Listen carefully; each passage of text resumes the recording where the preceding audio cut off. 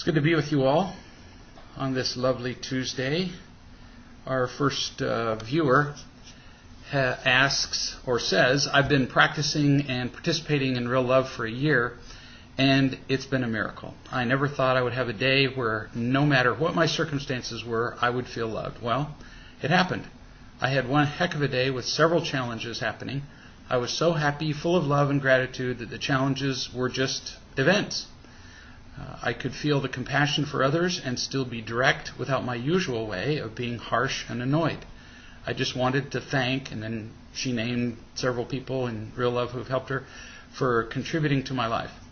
The other miracle is when I do feel the body sensations of panic, fear, and hopelessness, I can now remember that I'm loved and it's just okay.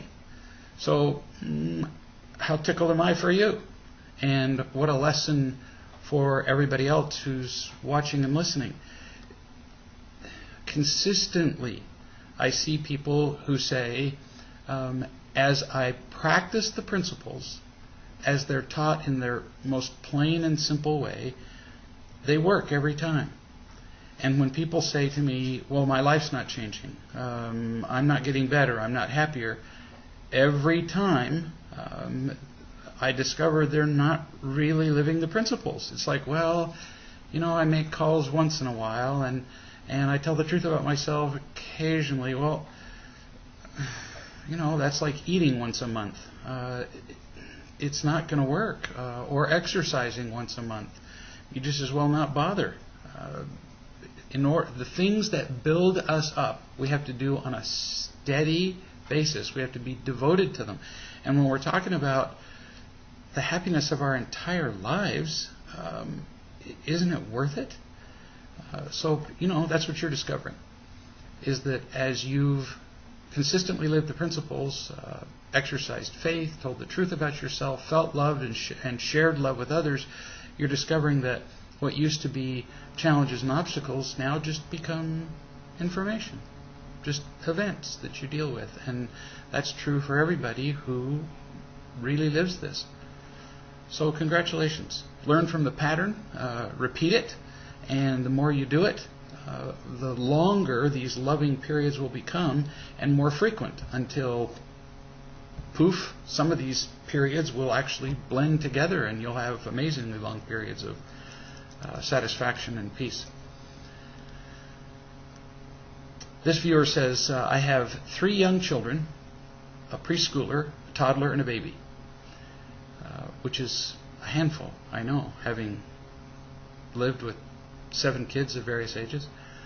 I think I do a good job showing empathy and giving unemotional consequences with undesirable behavior, except when it comes to sibling rivalry. I have an extremely hard time showing empathy when the preschooler is rough with the baby and or the toddler. I suppose I start to get protective of the little ones, and I find myself raising my voice, often feeling frustrated and sometimes angry. So, mind you, not criticizing what you're doing, just trying to help you see it from your children's perspective and then a different perspective on your own. Saying that I'm pretty loving toward my children except when it comes to children, sibling rivalries, kind of like saying, I never kill people except on Tuesday. Because that's probably the effect that it's having on the kids. They see you blow up when they screw up with each other, and that would be frightening. It would still communicate the message of, I don't love you.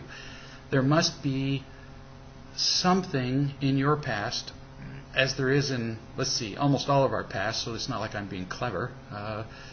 This is true of nearly all of us, where you felt victimized, where you felt treated unfairly, unkindly, injured, whatever, and nobody came to your defense. And so here's your chance, to be Superman and the Lone Ranger, so that when there's some injustice going on, you get to, sweep in from the sky or ride in on your white horse and save the little kids. Well, just think about the consequences of this. You may save the younger child from a moment of discomfort or unfairness or inconvenience, but in the process teach a terrible lesson to the older child and to the younger one. So you're teaching the older child, the preschooler, well, I love you except when you're being unkind.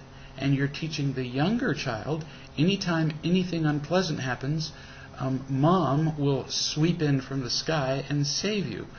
So one child is told, I don't love you, and the other child is told, you're a victim, and all you have to do is whine and cry the rest of your life, and somebody will save you. So I'm not vilifying you, not making you a monster here. I'm just describing the effect that this behavior would have if continued. So what can you do differently? Obviously, the first thing is to spend, sufficient time with each child separately, communicating your affection to the child. Now, that doesn't just mean being in the room with the kid. It doesn't just mean playing games with the child. This is intensive individual time where you look into the child's eyes and spend time with them, paying attention to them, loving them, caring about them even when they're screwing up, and teaching them things. And the parenting book will give you lots of examples of that. But let's say that you've got an older child, well, in this case, old. You're talking about a preschooler who's probably, 4 or 5, who's being unkind to a younger child. Very understandable temptation to come in and stop it, because, we can't have the older child hurting the little kid. Well, most of the time, older children are just rough and taunting and teasing and, can even be mean. Rarely is the younger child's life being threatened. So, if he's got a butcher knife in his hand, then I might take it from the older child's hand. But otherwise, with an older child, this is a wonderful opportunity to teach the kid something. If this kid is bullying his siblings, he or she, and you didn't specify, then there's a reason for it. The child is feeling powerless and gets a real, kick out of pushing around these younger kids. And so you sit the child down and you say, so how do you feel when I am nice to you? How do you feel when I hold you and hug you and tell you stories and do things for you? How do you feel? How do you like that? Every kid knows the answer to that. Well, I like it. And when I'm doing all that, what word would you use to describe that? Doesn't take very long for a kid to come up with, you're loving me. So you're loving the child, you're being kind to the child, and you ask the child. We'll call the older child Bart. And so here you're saying to Bart, so you like it when I'm kind and loving and sweet and caring towards you? Mm-hmm, says the 4 or 5-year-old, who will understand you by this age. And then you say, now, do you think that your brother and sister who are younger than you would also like it if they were treated that way, when I treat them that way? Duh. Do you think your brother and sister would like it when you treat them that way, when you're kind and gentle and caring? Uh-huh. All right, so then you go to the other side of the coin and say, so do you like it when I yell at you? Because sometimes I do.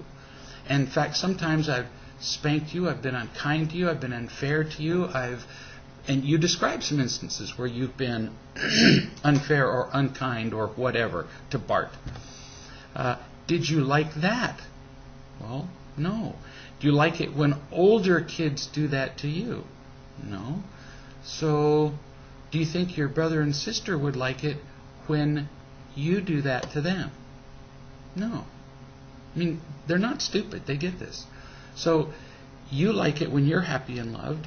Your brother and sister like it when they're happy and loved. And they don't like it when you treat them and then you describe the way that you just saw the older kid treat them. Like, push them down.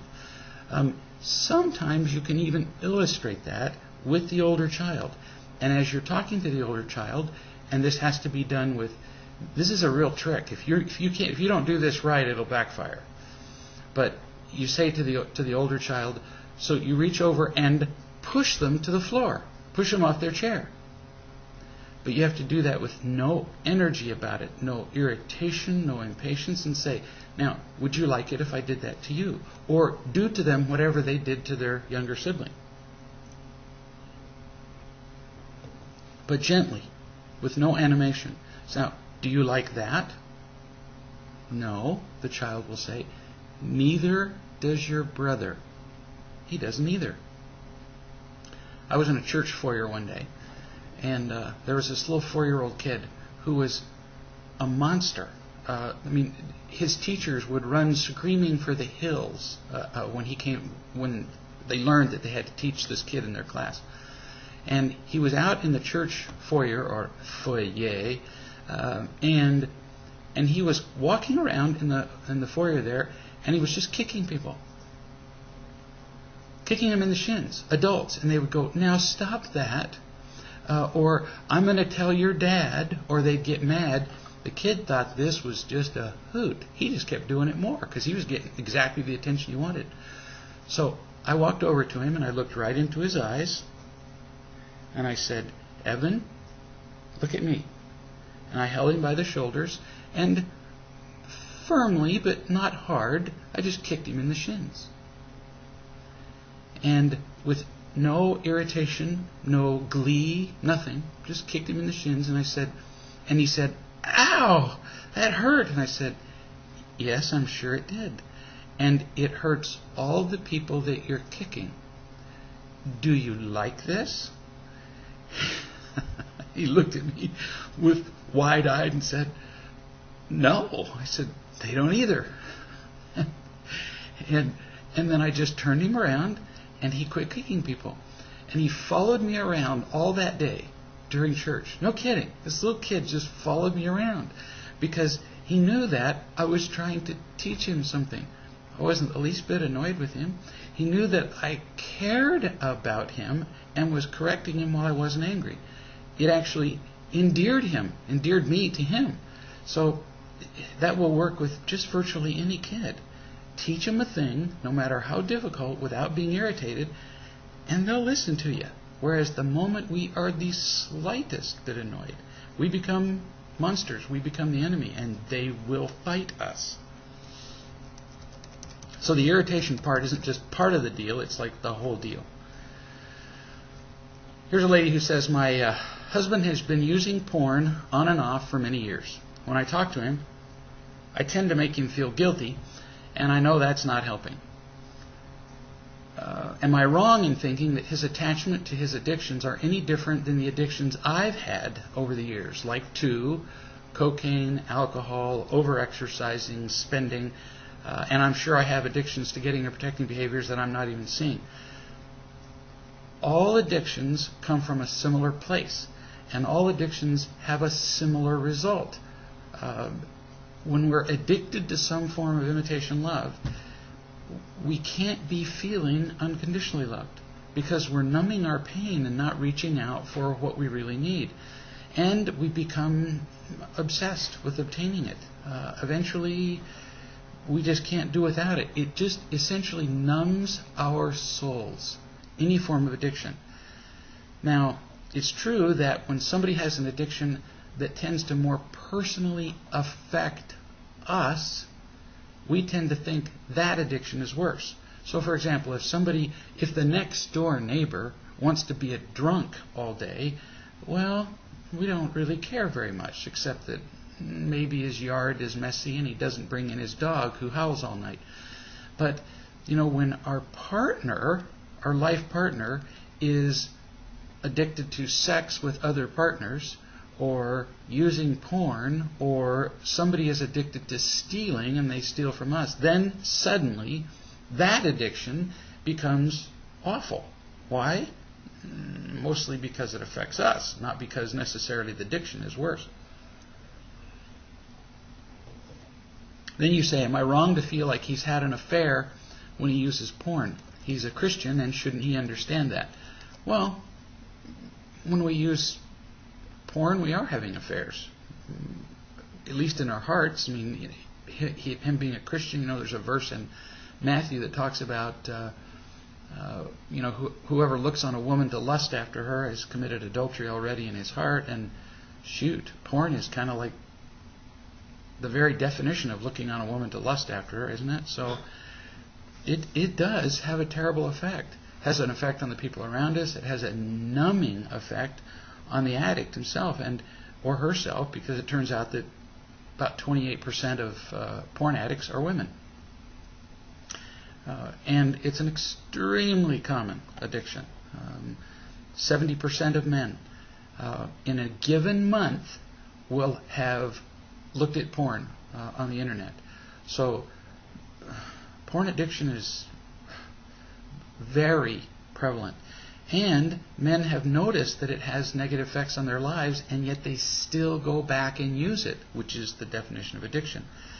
So, solution. First, you have to see the danger in it. You have to admit the danger in it. You need to love him, unconditionally recognizing that he's addicted only because he's empty and afraid. And then, at some point, you love him, you accept him, you don't try to change him, but at some point, again, without trying to change him, you're going to have to talk to him about his addiction.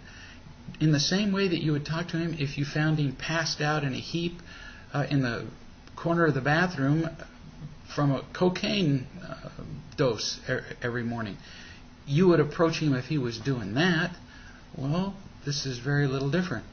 The idea being that you would approach him caring about him rather than being offended yourself. Because if you, just like I was saying to the mother, the first questioner, who was saying, how do I approach my kids who are involved in sibling rivalry? Well, if she's the least bit irritated, it doesn't become about the kids anymore. It becomes about her. Same with you. If you approach your husband saying, oh, how could you do this to me? You're dead. Because now he's going to feel more empty, less cared about, withdraw from you more, and use porn more. So, gee, how did that help anything? So you might say something to him, and this is only if you can say it lovingly. The words mean nothing if you're annoyed.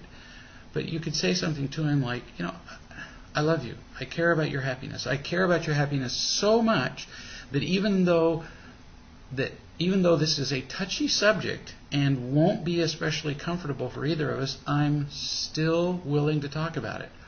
Why? Because it's affecting your happiness.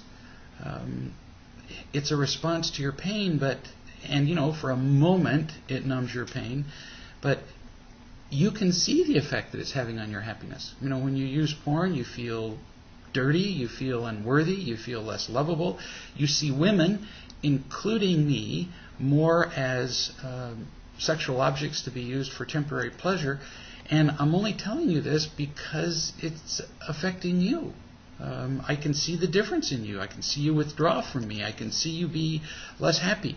And what I'd like to propose is that we talk about how you're doing with your addiction regularly, like every day, every other day.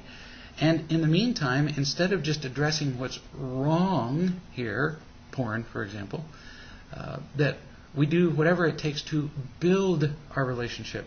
If we just move from crisis to crisis in relationships, nothing ever gets better. And I get calls and emails from people every day essentially saying, solve my latest crisis. Well, what are you doing on an ongoing basis to be happier and build your relationship? Well, nothing really.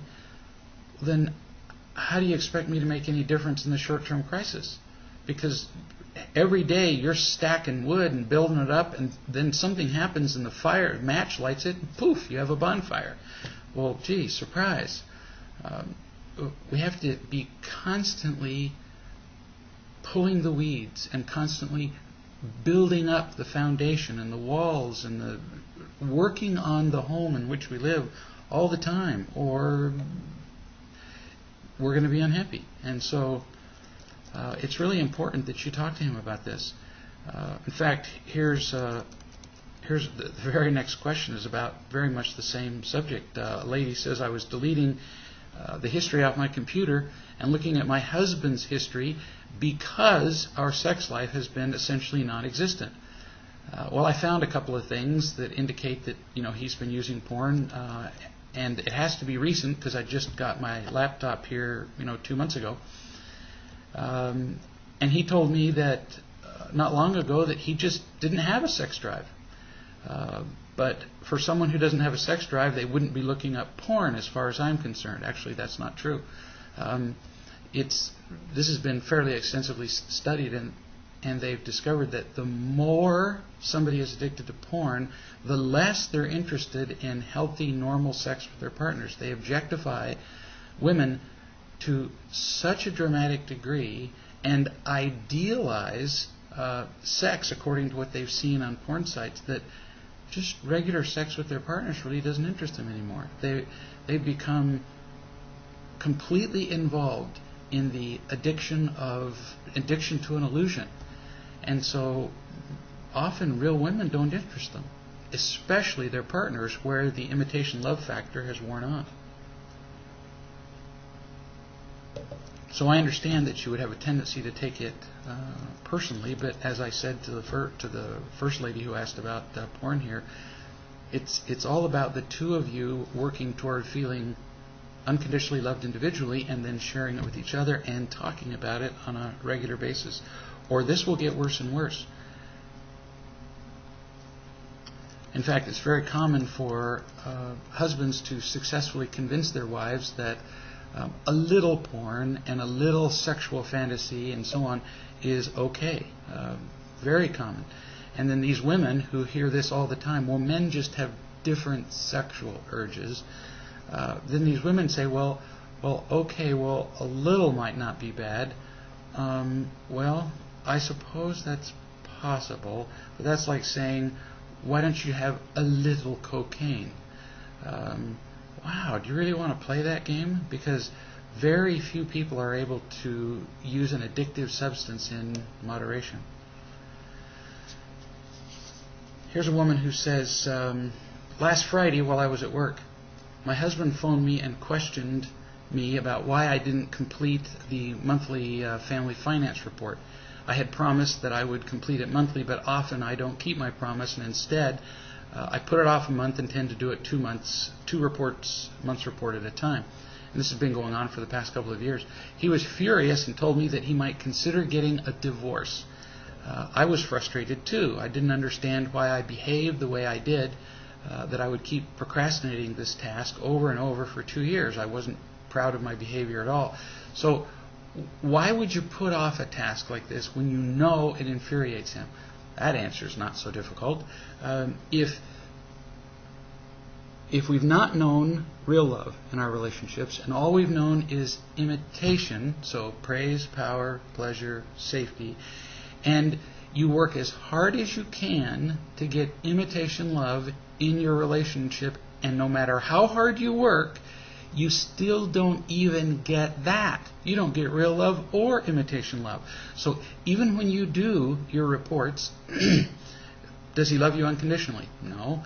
When you do your reports, do you feel safe? No, because he still always finds something else to criticize you about, doesn't he? Do you get a sense of power out of doing it? No. A sense of conditional approval? Oh, maybe for 3 seconds, but then he moves right on to something else to criticize you about. In other words, what's your motivation? Sure, when you don't do it, he gets angry, but if he's angry most of the time anyway, after a while you go, what's my return on investment here? And we really do unconsciously kind of work it out that way. If nothing we do gives us peace and satisfaction and happiness, after a while we just kind of give up and go, what difference would it make? So, heck with it. I could be, doing this report or filing the insurance applications or whatever else is going on in my life that needs to be done, but it never really makes me happy, so why try? And we give up. And it sounds from the rest of your description here like there's a lot of this kind of conflict going on, which kind of buttresses what I just said. I took Friday afternoon off at my own will and came home to work on the report.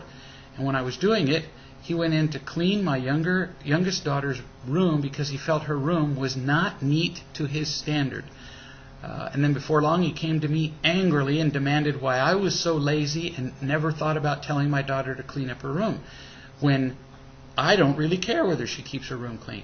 So, you see, this is exactly what I was talking about. Here you come home to do the report and he doesn't lavish all of his attention and affection on you for doing that. No, he goes and finds another thing to criticize you about. And then you go on to say essentially, how do I make this man happy without becoming a doormat? It sounds like the two of you just lob grenades at each other all the time. Why didn't you do this? And then you try to make him happy, and then he comes up with another thing, and then you get angry. You're just putting out fires all the time. So as I suggested to somebody else earlier in the chat here, at some point, rather than putting out fires, it's going to be essential that you sit down with him and say, let's talk about what we can do to build our relationship. Let's talk about what our reasonable expectations as far as, not affection, but expectations about tasks to be done. So tasks around the house. Who's going to do what when?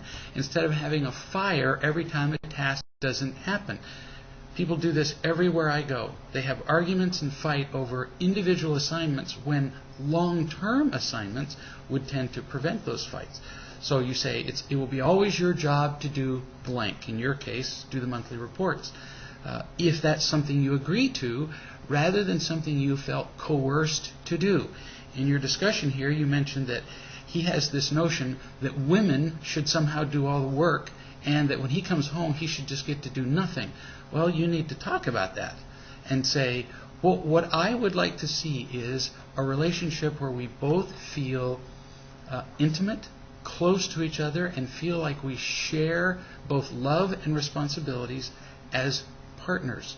You might suggest that for a few minutes every day, 10 minutes, whatever, you read to him out of the marriage book and describe to him principles that could enrich and edify your marriage instead of just putting out fires, which doesn't work. If couples aren't meeting together regularly and talking about things that they're not satisfied with, unless they're talking about things that they would like to see be different, unless they're expressing affection on a regular basis, their marriages will fall apart. So it's not just about solving this particular issue. It's about addressing it in a more long-term way, reading principles that both of you are guided by.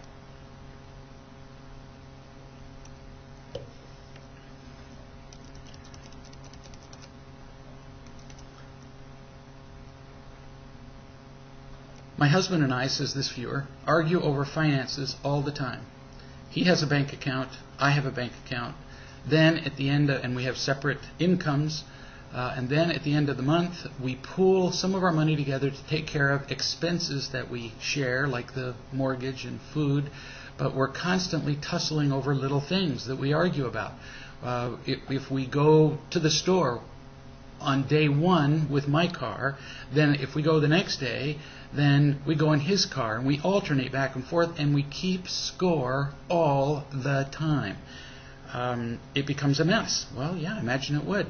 I can't tell you how many couples I've known who justify the separation of their finances, and I've never seen them be closer as a result.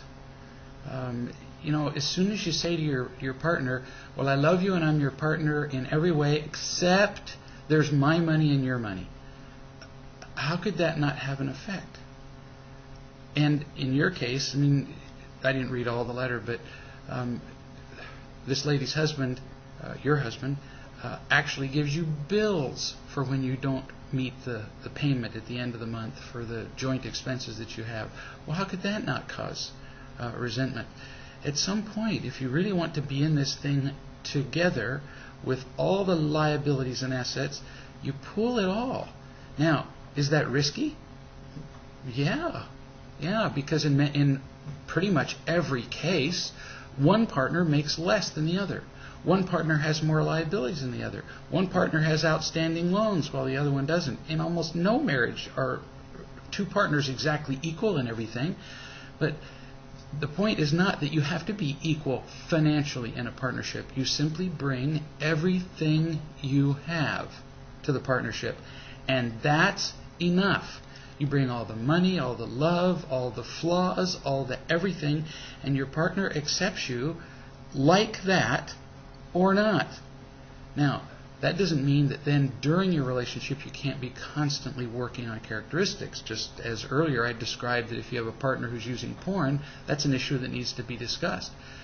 But we pool all of our assets and flaws and liability and money and everything, and then we work from there.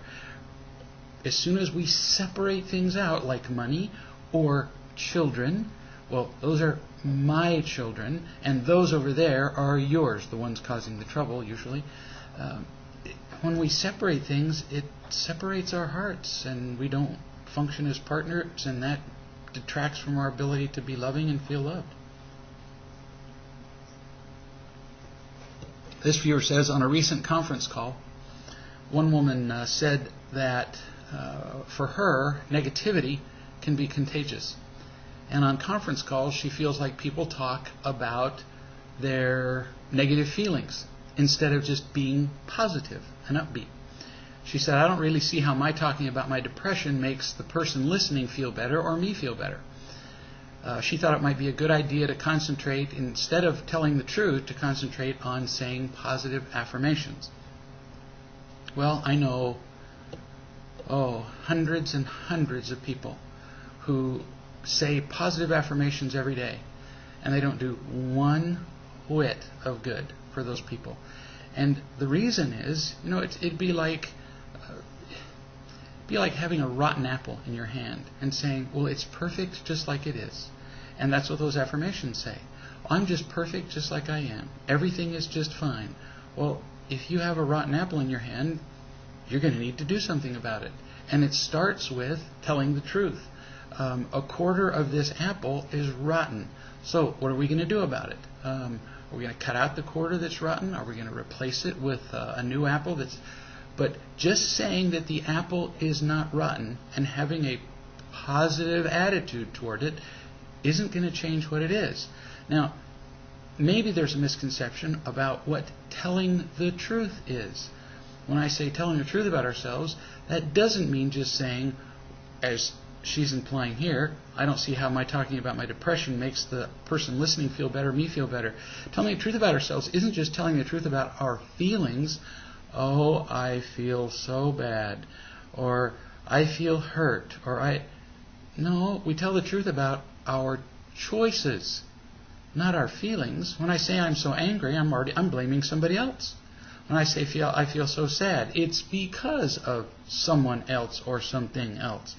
People who are constantly talking about their negative feelings uniformly are feeling victimized.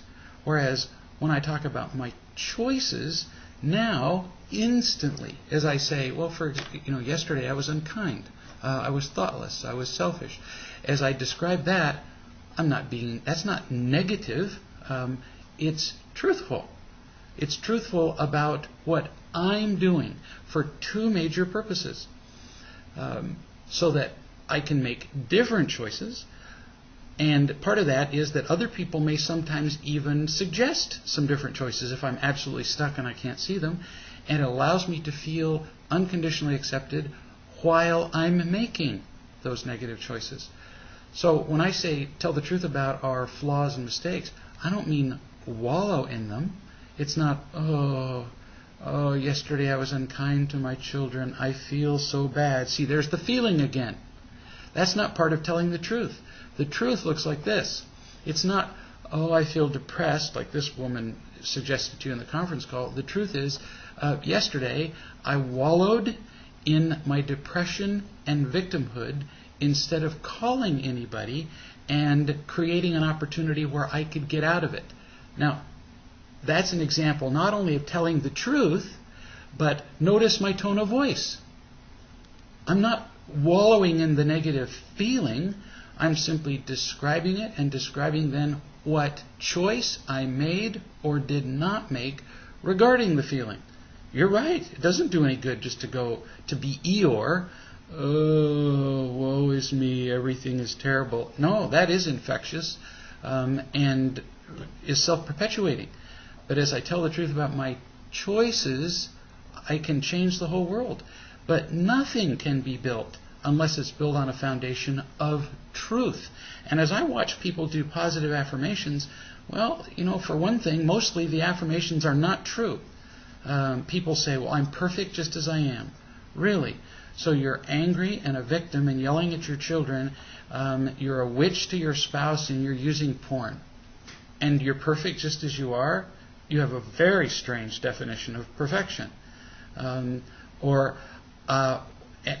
often affirmations, we really don't believe them. Like the affirmations where we say, well, I'm lovable just as I am. Well, if you've been taught from the time you were born by all the people around you, all of them, that you are not lovable as you are, if you've been told that you're flawed and a screw-up and people have been disappointed and sighed and been angry at you when you have made mistakes, then you're not going to be able to reverse all of that simply by sitting in a corner, sprinkling rose petals about you and saying, I'm lovable just as I am, because you won't believe a single word of what you're saying.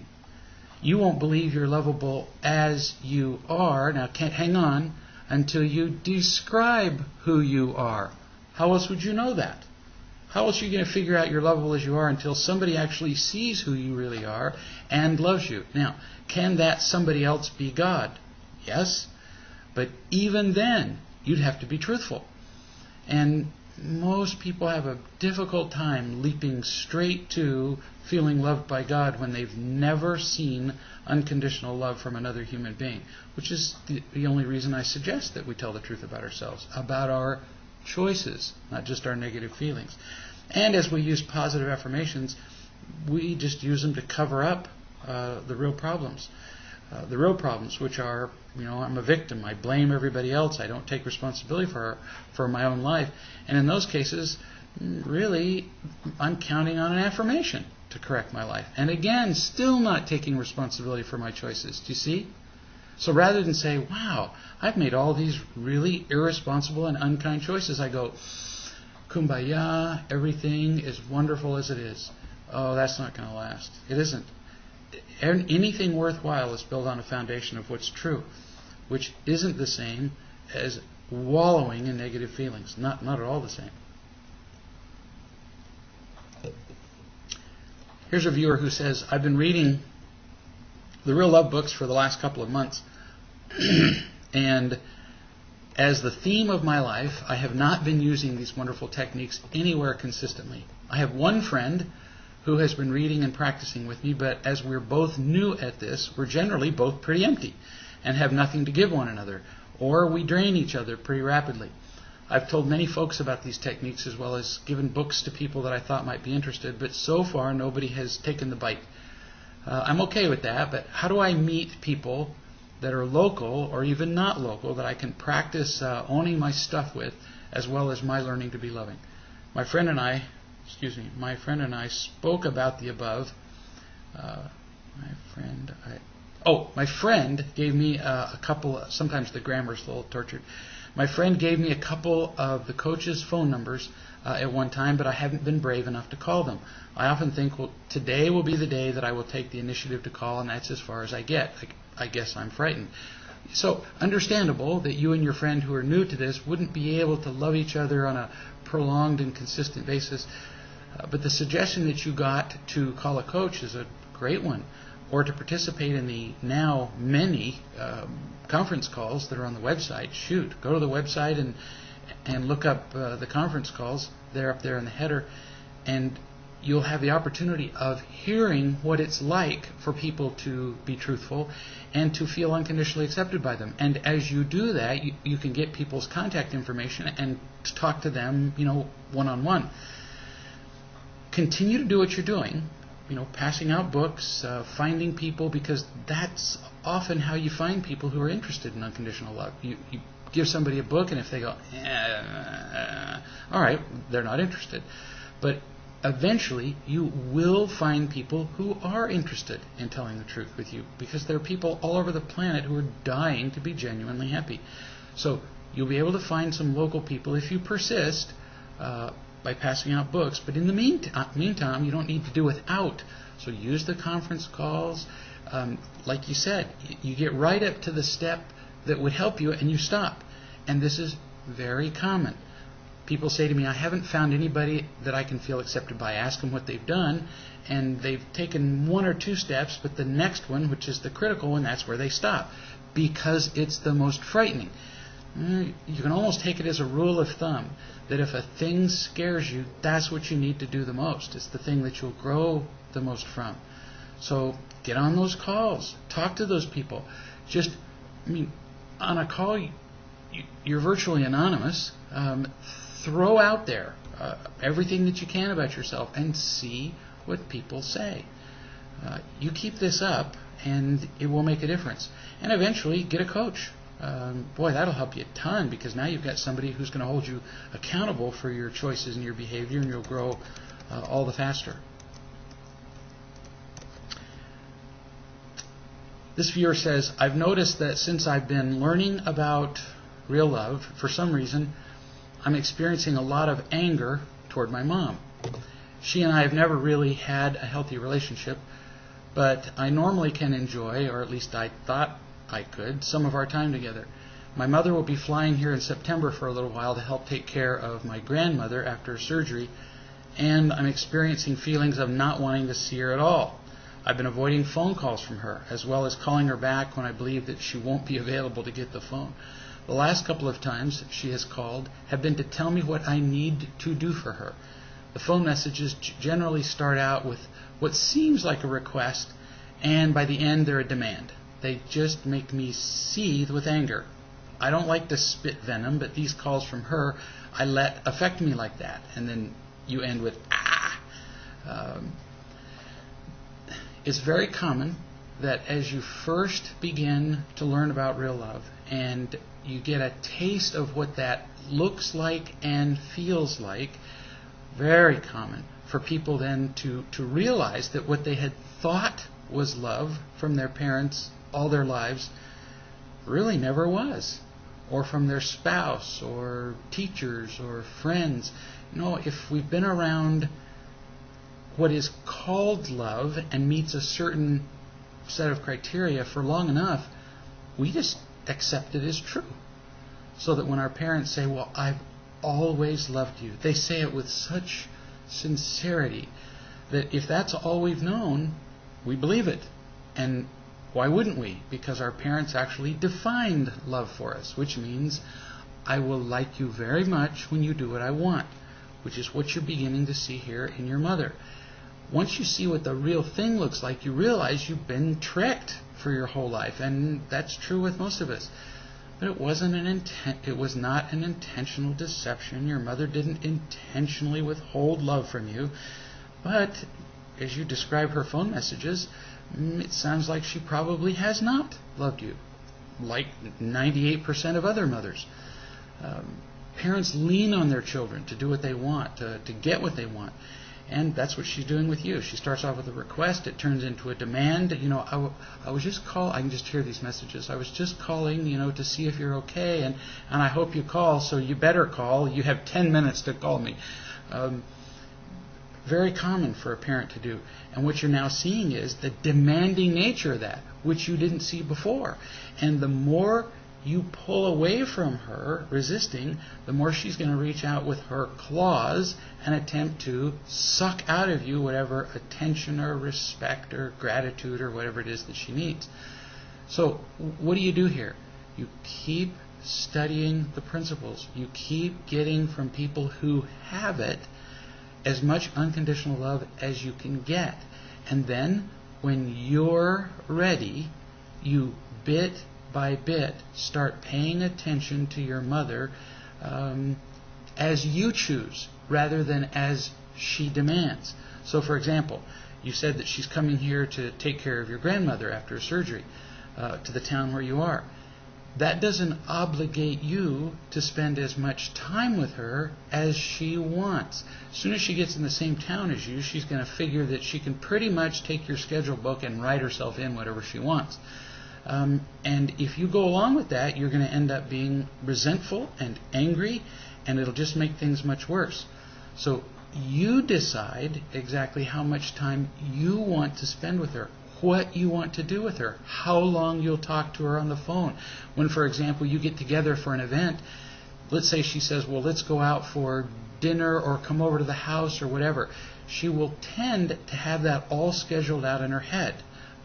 all right, well, so my daughter's going to be with me from 3 to 8 or all day long. You have to decide in your mind how long you're going to be there, and you tell her that. You say, I'll be over at 3 o'clock, and then I have to be somewhere else at 4:30.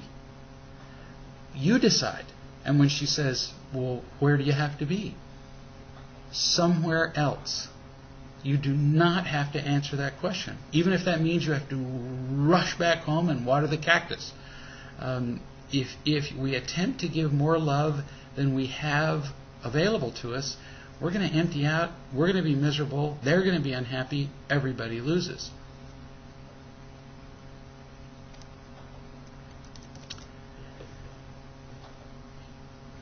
Here's, let's see.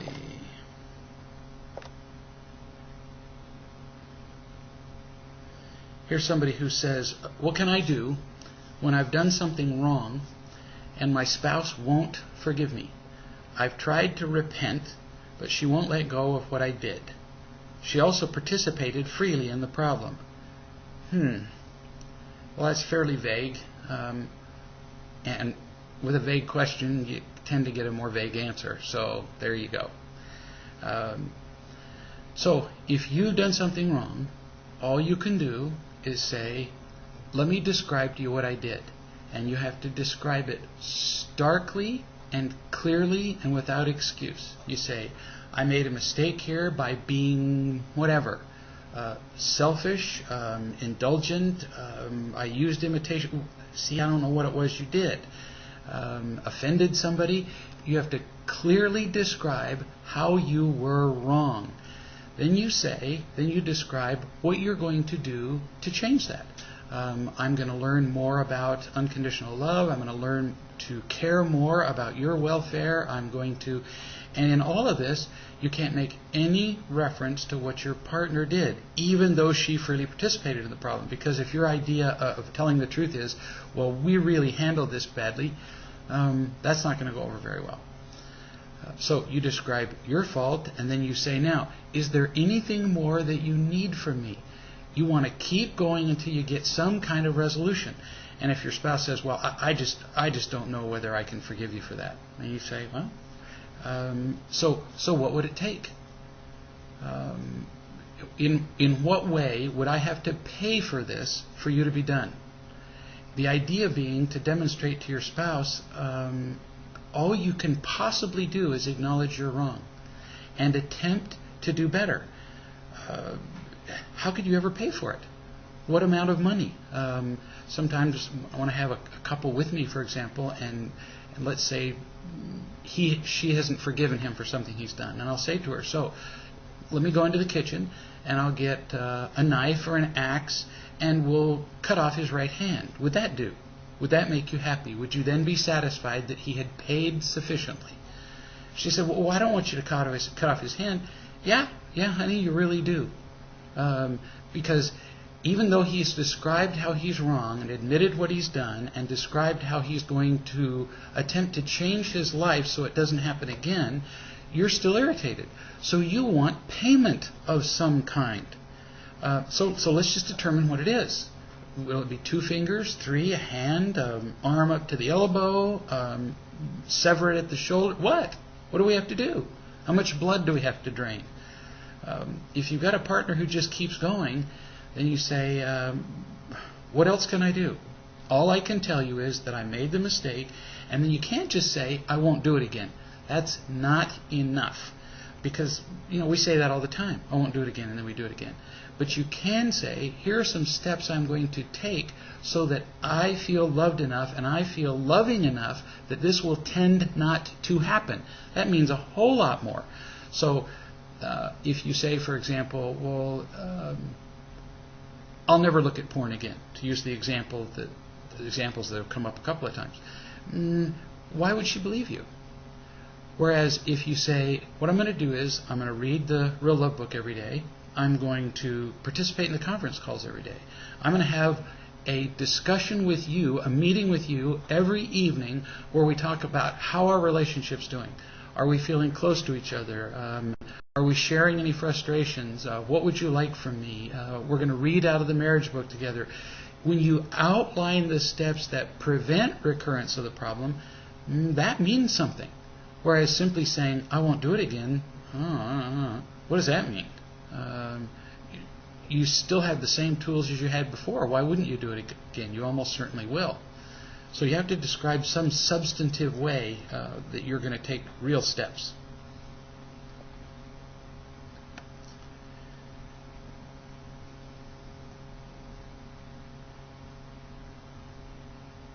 Here's a viewer who says, recently I bulldozed another participant on a real love call.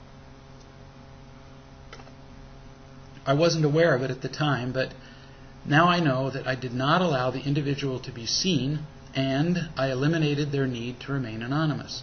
First, should I make an overture toward that person, either privately or during the next call we're on together, or let it go, as this may make it a bigger deal for them? I really want to do the right thing. Well, I don't know exactly how you bulldozed them, but if in any way you eliminated their need to remain anonymous, then you probably wouldn't want to bring it up on a group call. But making some kind of overture to them individually would be a really good idea.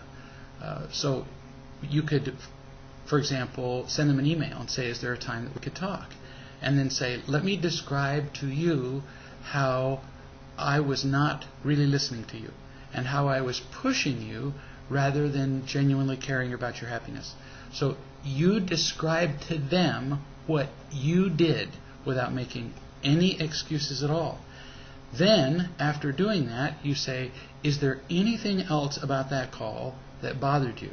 Now, if the other person says, you hurt me, that's not true. Now, you don't want to say that. If you're calling to apologize, you don't say, well, that's not true, I didn't hurt you. I'm just saying that you don't have to take upon yourself all the responsibility for their feelings. No. And again, we're back to telling the difference between telling the truth about your choices and your feelings. So when this person says, well, you hurt me and you made me feel bad and I cried, you have to listen. You have to listen as they're saying that and translate it. Okay, what did I do that contributed to that? And so that's the question you ask them. You say, so what was it I did that contributed to your feeling bad and crying and feeling bad, and or whatever it was that had hurt your feelings? And then you completely own the truth about whatever you did. You say, I wasn't very thoughtful about that. I wasn't very considerate. I wasn't being patient. I wasn't really listening. We're constantly telling the truth about what we did. You don't apologize for, because it's not the truth and it's not sincere. You don't say, oh gee, I'm sorry I hurt your feelings. In which case now you're just confirming that they're a victim. They don't learn anything. You're not helped. Everybody loses. So it's always telling the truth about what we did.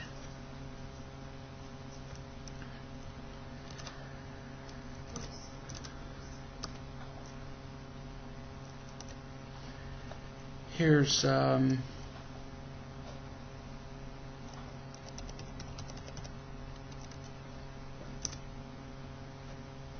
somebody who says, I've been married for 31 years. My husband has had adulterous affair, I don't know if that's one or two or more, but adulterous affair or affairs for 3 or more years. He's divorcing me and now lives with his affair partner, who divorced her husband of 20 years to be involved with my husband. Can he be experiencing real love with his affair partner? Our adult kids have rejected him while he's with this other person. He was always a loving father and husband before this entanglement. Just wondering if real love can be experienced in a relationship built on deceit and estrangement of family. No accusation implied there. I'm having a hard time realizing that he's changed his spots after so many years of marriage. It would be highly unlikely if your marriage was different from most others. Meaning, in the beginning, the exchange of imitation love was so satisfying, and you came to such an equitable trade that you confused that with unconditional love. But it's unlikely that it was unconditional love all along, because then he became obviously dissatisfied with it. Real love just keeps building and building, whereas imitation love, the effect wears off. And then he becomes empty and alone, and he goes looking for imitation love in a new place. So the fact that he would leave you and the kids, this is implying that you weren't, for example, a serial killer and he was afraid for his life, but assuming that that's not the case, then he left because the imitation love wore off and he went looking for a new source. So the odds are virtually 100% that the basis of his present relationship is imitation love. I mean, it's virtually a guarantee. Now, could he be experiencing some real love in the midst of all that? Sure. Yeah, actually, I've seen some really angry and hateful people experience moments of really genuine concern for other people on occasion. So it's possible that there's some element of real love in there, but considering how the relationship started and why, and his leaving your present relationship, that small amount of real love would be just overwhelmed by the imitation love that he's presently swimming in. But if he's left you and he's living with this person and divorcing you, it may be too late. I don't know.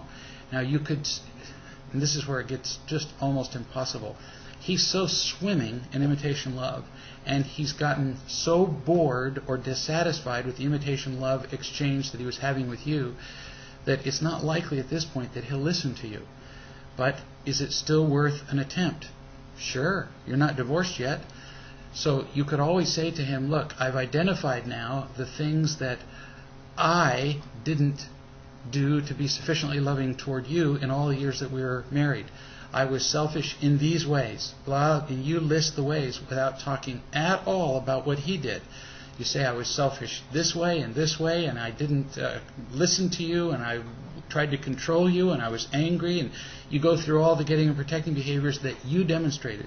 And you say, now that I see these things, I see a possibility for, first, me changing. And if I can change, I believe that it's possible that our relationship could change. And so I would propose to you that we try that before ending our relationship of 31 years and keep our family together and keep our children together with us before we do this fracturing event where we get divorced and you marry somebody else. So it's worth at least a shot of telling the truth and proposing a different way of living. The odds are very small because, as I said, he's swimming in imitation love, and oh boy, that is so exciting. It's like having a sane conversation with somebody who's high on cocaine. But it's worth a try. So I appreciate very much being with you tonight. Look forward to being with you again in a week. Appreciate your questions and your being open and honest and vulnerable and willing to share your lives with everybody who's listening. And between now and then, just remember that it's always about real love. See you next Tuesday.